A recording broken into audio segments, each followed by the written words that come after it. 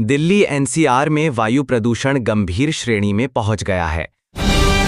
बिना वैध पीयूसी प्रमाण पत्र वाले वाहनों को ईंधन नहीं दिया जाएगा। संसद में वायु प्रदूषण और पर्यावरण को लेकर विशेष चर्चा जारी है। केंद्र सरकार ने ग्रामीण रोजगार गारंटी से जुड़ा अहम विधेयक पारित किया। भारतीय रेलवे ने 650 से अधिक विशेष ट्रेनों की घोषणा की है।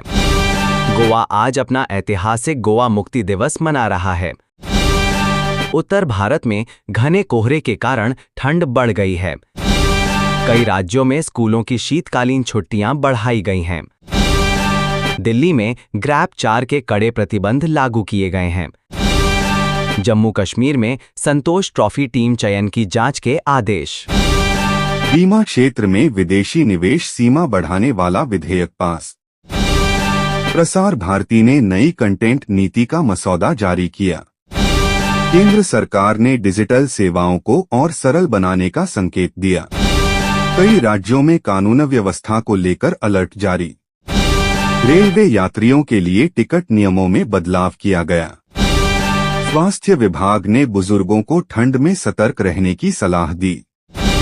दिल्ली एनसीआर में कई उड़ानें और ट्रेनें प्रभावित।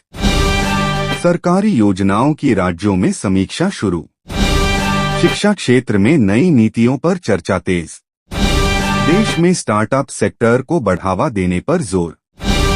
केंद्रीय एजेंसियों ने अवैध गतिविधियों पर कार्रवाई तेज की। किसानों से जुड़ी योजनाओं को लेकर बैठकें जारी।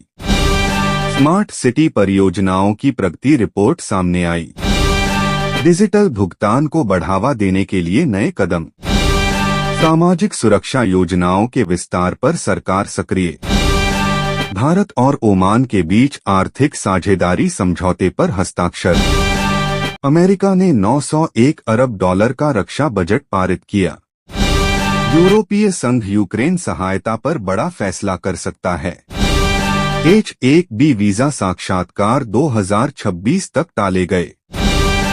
सऊदी अरब ने नियम उल्लंघन पर हजारों विदेशियों को निकाला। चीन ने सेमीकंडक्टर और AI नीति की घोषणा की। ऑस्ट्रेलिया में संभावित हिंसा को समय रहते रोका गया। वैश्विक स्तर पर वायु प्रदूषण चिंता का विषय।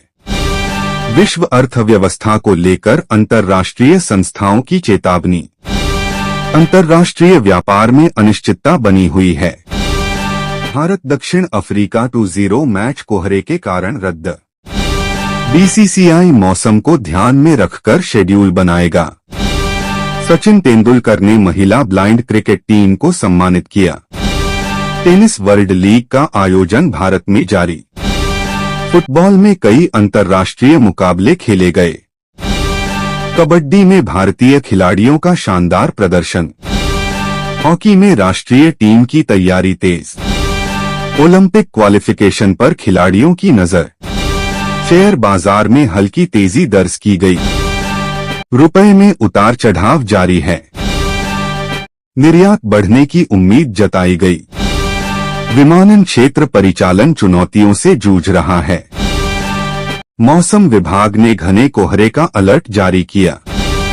उत्तर भारत में कड़ाके की ठंड जारी। नागरिकों को सावधानी बरतने की सलाह दी गई। समापन। तो ये थी आज 19 दिसंबर की देश और दुनिया की 50 बड़ी खबरें।